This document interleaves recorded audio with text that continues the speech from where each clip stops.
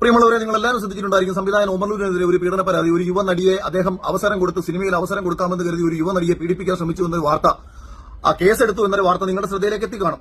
പക്ഷെ എന്റെ ഒരു വലിയ വിഷമം എന്താണെന്ന് വെച്ചാൽ, ഈ യുവനടി ആരാണെന്ന് ഒരു മാധ്യമങ്ങളും പറഞ്ഞിട്ടില്ല. കഴിഞ്ഞ കുറെ കാലങ്ങളായിട്ട് മലയാള സിനിമയിൽ എത്രയോ യുവനടിമാർ വന്നിട്ടുണ്ട്. ഉമർലുലുവിന്റെ പടത്തിൽ തന്നെ എത്രയോ യുവനടിമാർ അഭിനയിച്ചിട്ടുണ്ട്. ഉമർലുലുവിന്റെ പടത്തിൽ അഭിനയിച്ചതാണോ അല്ലയോ എന്നൊന്നും ഇപ്പോഴും നമുക്ക് അറിയത്തില്ല.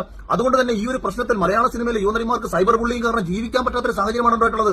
പ്രിയപ്പെട്ട ശോഭാ വിശ്വനാഥിന്റെ ഏറെ പ്രിയപ്പെട്ട ഒമർക്കയാണ് ഇങ്ങനെ പീഡിപ്പിച്ചതെന്നുള്ള കാര്യം ഞാൻ ശോഭാ വിശ്വനാഥിനോട് കൂടി ഓർമ്മിപ്പിക്കാൻ ശ്രമിക്കുകയാണ്. അതുപോലെ സ്ത്രീകൾക്ക് വേണ്ടി എപ്പോഴും വാദിക്കാൻ ശ്രമിക്കുന്ന ദിയാസന, തന്റെ ഗുരുവായ ഒമർലുവിന്റെ അസിസ്റ്റന്റ് ഡയറക്ടറായിട്ട് വർക്ക് ചെയ്ത ഒരാളാണ് നമ്മുടെ ദിയാസനയോടും ശോഭാ വിശ്വനാഥിനോട് എന്റെ പേഴ്സണൽ റിക്വസ്റ്റ് ആണ്, കേരളത്തിൽ കിടക്കുന്ന എല്ലാ പെൺകുട്ടികളെയും നിങ്ങൾ രക്ഷിക്കാൻ ശ്രമിച്ച സ്ഥിതിക്ക് മലയാള സിനിമയിലെ ഏത് യുവനടിയെയാണ് ഒമർലുലു പീഡിപ്പിച്ചതെന്ന് പറയാൻ ഈ വാർത്താ മാധ്യമങ്ങളോട് പറയണം. അല്ലെങ്കിൽ വാർത്താ മാധ്യമങ്ങൾ കാണിച്ചിരിക്കുന്ന ഏറ്റവും വലിയ തെമ്മാടിത്തരം കാരണം ഒരു യുവനടിമാർക്കും ജീവിക്കാൻ വയ്യുന്നേ.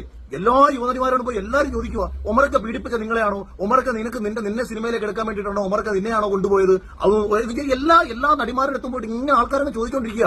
അത് കാരണം അവർക്ക് ജീവിക്കാൻ പറ്റുന്നില്ല. നിങ്ങൾ ബിഗ് ബോസിലെ മത്സരത്തിനെ മാത്രം രക്ഷിച്ചാൽ പോരല്ലോ, സ്ത്രീകളെ ഒന്നടങ്കം രക്ഷിക്കണമല്ലോ.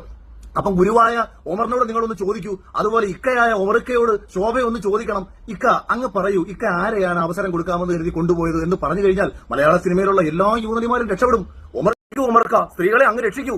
അല്ലെങ്കിൽ ഒമർക്ക ചിലപ്പം ഞങ്ങളെയൊക്കെ ഈ അടുത്ത സിനിമയിൽ ഒമർക്ക എടുത്തു കഴിഞ്ഞാൽ ഒമർക്ക ഇങ്ങനെയാണ് കൊണ്ടുപോയതെന്ന് ആൾക്കാർ പറയത്തില്ലേ?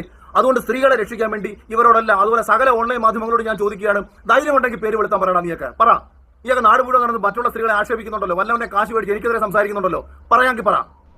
അപ്പോൾ തനിക്കെതിരെ താൻ സംസാരിച്ച വിവാദ വിഷയത്തിൽ വളരെ ശക്തമായി ആഞ്ഞടിച്ച മാധ്യമങ്ങളും ശോഭയും ദിയാസനയും ഒന്നും ഇപ്പോൾ ഈ ഒമർലുലു വിഷയത്തിൽ എന്തുകൊണ്ട് മൗനമായിരിക്കുന്നു എന്നുള്ള ഒരു ഇരട്ടത്താപ്പിൻ്റെ തുറന്നുകാട്ടലാണ് അഖിൽ മാരാർ ഇവിടെ ഒരു നർമ്മത്തിൻ്റെ രൂപത്തിൽ ഇങ്ങനെ വളരെ ഭംഗിയായി പറഞ്ഞൊപ്പിച്ചിരിക്കുന്നത്. എന്തായാലും വളരെ ശക്തമായ ഒരു പോയിന്റ് തന്നെയാണ് അഖിൽ മാരാർ ഇവിടെ ഉന്നയിച്ചിരിക്കുന്നത്.